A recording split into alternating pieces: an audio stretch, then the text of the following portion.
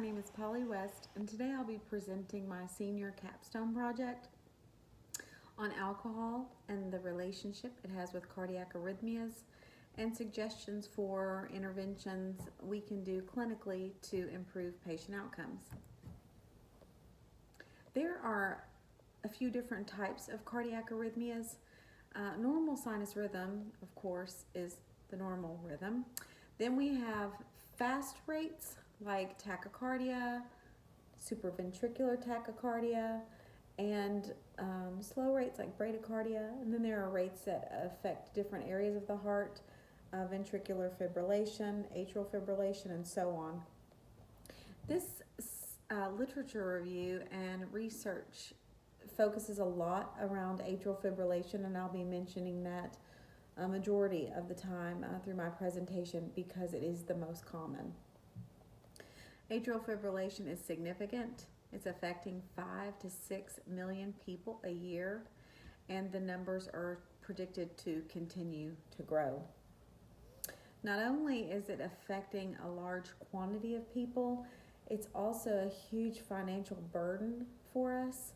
The annual healthcare cost revolving around atrial fibrillation is around $24 billion a year. One factor that is a trigger and contributes to it, and my research revolved around, was alcohol intake. So for folks that drink alcohol, it's estimated that drinkers consume an average of 6.4 liters a year, which is a significant amount of alcohol.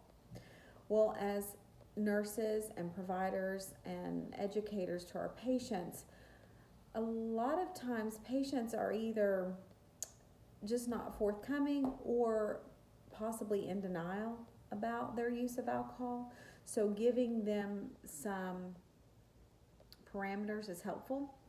So 1 to 2 drinks a day for a gentleman is considered moderate. For a female, about 1 drink a day.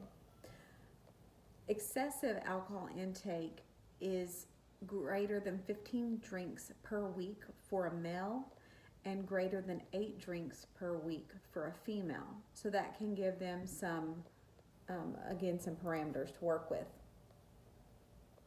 The objectives here, from this presentation, we will have a better understanding of the relationship between alcohol and cardiac arrhythmias and how that is affected, what nurses can do from an educational and assessment standpoint to help patients with this, and looking at wellness initiatives, modifiable risk factors, education for the patients, just moving to the next level with management of these modifiable risk factors for atrial fibrillation, again focusing on alcohol.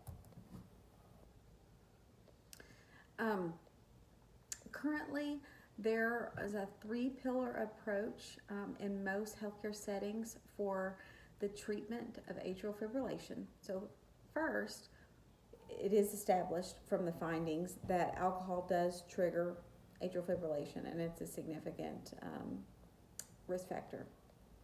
The way that that's currently being treated is usually 3-pillar approach: anticoagulation to prevent stroke, antiarrhythmic medications help with rate control and things like that, and then thirdly, there are interventions like procedural interventions, either electrocardioversion to help shock people back into rhythm, or lastly, the option would be a surgical ablation. My role at Baptist as a nurse navigator is to help with the surgical ablation piece. The studies show that alcohol approaches the heart in, 2 different directions to worsen atrial fibrillation. One would be a cellular level and what it does there with the cellular junction and just the inflammation and problems that it can cause. And then an autonomic direction is affected as well. So when you pair those two together, there are electrophysiological problems that occur from alcohol intake and can be triggers. These affect primarily the the firing and the synthesis around the pulmonary vein, and the AV node conduction. Further findings show it gets a little complicated with alcohol. So not only do we know it's not good for our heart because of rhythms from this information, but also alcohol contributes to other issues. So it's a trigger and worsens hypertension, which is another cardiac disease process. It worsens obstructive sleep apnea, which is another trigger for AFib, and can also cause left ventricular remodeling. So it is just like a layered approach. I mean, just a layered effect on the heart, and detrimental to causing triggers and rhythm issues. So what do we do about it? Like, how do we help these people? We have really good things in place, but there's the number one goal will be abstinence from alcohol. So if someone's drinking and they're newly diagnosed with AFib, they need to stop. But it's not that simple when they're drinking in excess. So we need to be there for them to do a good assessment. We need to provide them appropriate education. And the fourth pillar from my findings and the research is nurse-led clinics. These are huge. Fortunately, where I am at Baptist, we have a nurse-led clinic. It's called the Heart and Valve Clinic, and it is very instrumental in assuring that patients get appropriate follow-up when they leave the hospital, assuring that they have accessibility if they can't get into their cardiologist or their internist and they're having atrial fibrillation with rapid ventricular response. We don't want them to go to the emergency room. We want them to come to the Heart and Valve Clinic and be helped in that way. But the Heart and Valve Clinic and other nurse-led clinics are just instrumental. They provide a holistic care, a patient-centered approach.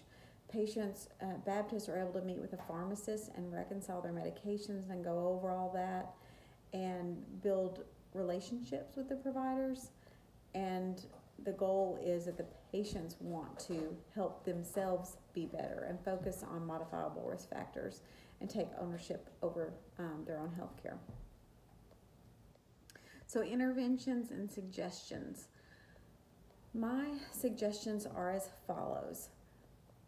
My research and my personal experience as a nurse with patients that have atrial fibrillation is we are not doing justice when it comes to social assessments. So there's a little more to that. It's not just that we're not doing it or we're doing it wrong necessarily, but our approach and our intentional approach to establish relationships and rapport and trust is important, because I have an example. So I had a patient was going to have a surgical ablation. I do a pre-thing with them and then a post-thing and follow them for a couple years. So in my pre-call with them, I go over their entire medical history. I save the social assessment piece towards the end intentionally, because I do want to have a relationship over the phone with them. I want to hear them say things like, "Oh, I'm so glad you called. I feel so much better. You've answered all my questions." And then we can get to that towards the end. So a really well-known established gentleman in the community was having a procedure and said, "Do you drink any alcohol?" I asked him. He said, "Yes, socially." And that is what his electronic medical record said from other providers, that he drank socially. So I said, "Okay, well, so tell me a little bit more about that. How often and what kind of alcohol?" He said, "Every now and then. I like bourbon." "Okay, do you drink it daily?" "Yeah, I drink it every day." "Okay, how many?" I mean, I'm not judging. I just need to make sure we get all this straight. And he said he drank 4 to 5 bourbons a night. So when you have an assessment tool that you're using that says they're just a social drinker, but obviously this gentleman is drinking in excess, it's important so we can help them, better support them and help them through the process and educate them.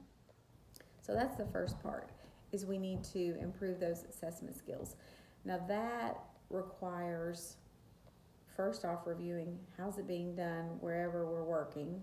How are we asking that? Are we asking that? How are we documenting it? And then reviewing it with the staff and telling them the why behind it. So an all-staff meeting, hey, just a clinical pearl for the week. We're really going to make sure that we're intentional in all of our assessment skills, but let's look at this, and this is the why, and what if we could help these people better help themselves if we really are able to look at things we can modify, other than just throwing medicine and things like that at it. So that's that. Once we improve that assessment skill, I'm suggesting a one-page educational sheet that's provided to every patient that comes in to the Heart and Valve Clinic, newly diagnosed or even established with, for example, atrial fibrillation, a one-sheet educational paper on modifiable risk factors. How can you help yourself? How could you decrease, the occurrence of your AFib? And on that same sheet at the very bottom, having resources for the patient would be key. And then, of course, if communities or healthcare settings don't have a nurse-led clinic, suggesting that as a piece. We do have other hospitals come to Baptist and shadow our clinic. Obviously with COVID, it's not been happening lately, but other hospitals in the state are attempting to model a clinic like Baptist has. Other states have come, and then it's been talked about nationally at the Heart Rhythm Society meeting in California.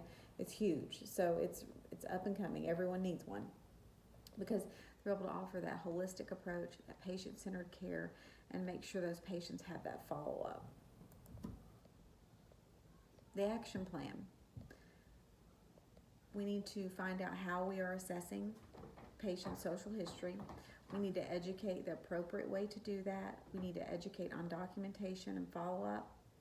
We need to have a one-page sheet for the patient to take away that not only has some very simple bullet point things about modifiable risk factors, but also has resources and phone numbers for those that are struggling with addiction that they can reach out and we can follow up appropriately. And then, of course, the nurse-led clinic that we've already got established.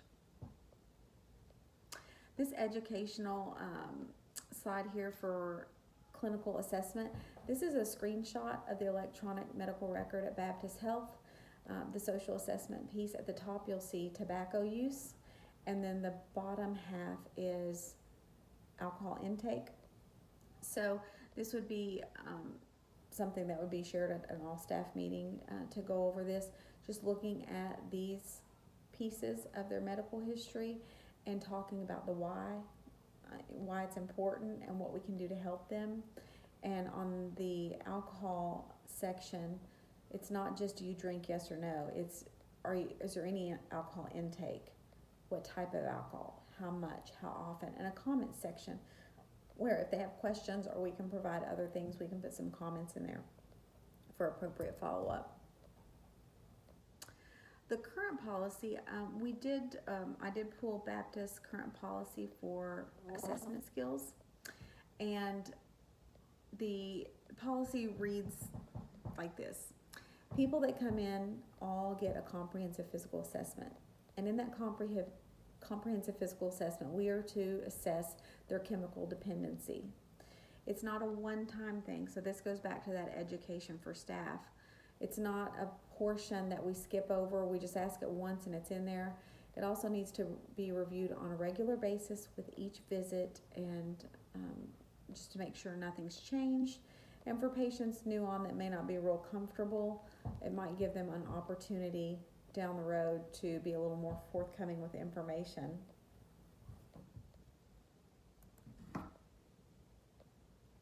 The patient educational sheet, the information that I'm suggesting be on that sheet would be a message to the patient that you have some control over this, and there are modifiable risk factors, very simple, very bullet point with some parameters for the patient again. If you are drinking alcohol, let's talk about that. If you are smoking or using tobacco, let's talk about that. Stimulant use, caffeine, all that, or if you're carrying extra weight, that can also be a trigger. So establishing that relationship, building that trust, and really being a partner with them in that. So having a message on this sheet, please reach out to us, bring this back, call if you have any questions, and having our phone number on there. At the bottom of the sheet, not only are you doing any of these things because you can help your own health, but at the bottom having the resources. So focusing on my project here, looking at alcohol intake, one resource would be a list of local Alcoholic Anonymous groups and meetings and sponsor information. And then for patients that are discussing using alcohol in excess, there may be an opportunity for an inpatient stay at some type of rehab community to help them get over the hump there. And referral coordinators could work with the insurance and the patient to establish that. And then tobacco cessation on that sheet, they can talk to the pharmacist, go over that, some options there. Baptist also offers nutritional services and nutritional counseling for those with weight issues, and then talking through caffeine intake and things like that if it's a factor. The leadership skills required to roll out these new interventions would be working with the staff, getting out there, working it, looking at the process, education. Again, I think all staff meetings need to happen on a scheduled, regular basis, and bringing this to the staff to review it, go over it. Team collaboration, really all in it together. Education to the staff, providing them the information on assessments, providing them the new tools, and then talking about resources for follow-up. But there has to be follow-up, and then tracking the outcomes. Implementations and summary, this would be 4 parts. So there would be the nurse-led clinic, bringing the patient in, going over their history, looking at their medical record, just really reviewing everything and making sure we get a good social assessment. Then the assessment piece of that, making sure that that is accurate and we're able to provide them education and resources for the patient in this nurse-led clinic setting. And again, the most important piece, the 4th piece there, is follow-up. Follow-up, making sure they come back. If they follow a pathway and need to see a cardiologist, getting them there and assuring that the appointment happens, and knowing that in a nurse-led clinic setting, regardless of where they go, regardless of who they see, the clinic is always there for accessibility if they're having problems, if they're having exacerbations, or they need further support in any way, especially with those modifiable risk factors, to call. So the conclusion here, alcohol does play a significant role in as being a trigger for cardiac arrhythmias such as atrial fibrillation. It also worsens other disease processes such as hypertension and obstructive sleep apnea. My suggestions are that we improve our assessment skills clinically and do a better job providing the patients not only education but resources to get the help that they need. So we're not treating something that, as one of my providers says, I mean, if they're going to keep drinking, they're going to keep having AFib. We got to get underneath this, and it's important. So they need the education, they need the resources, and they need the follow-up so they can be set up for best success and just do really well and be there for them. Following this research and summaries and suggested interventions, my preceptor and I talked through this some more, so I'm excited. I'll be sharing this information at our next EP council meeting in August, and hope to get some things in place to improve our patients' health and to be there for them. Thank you so much. My last slide is references. Thank you.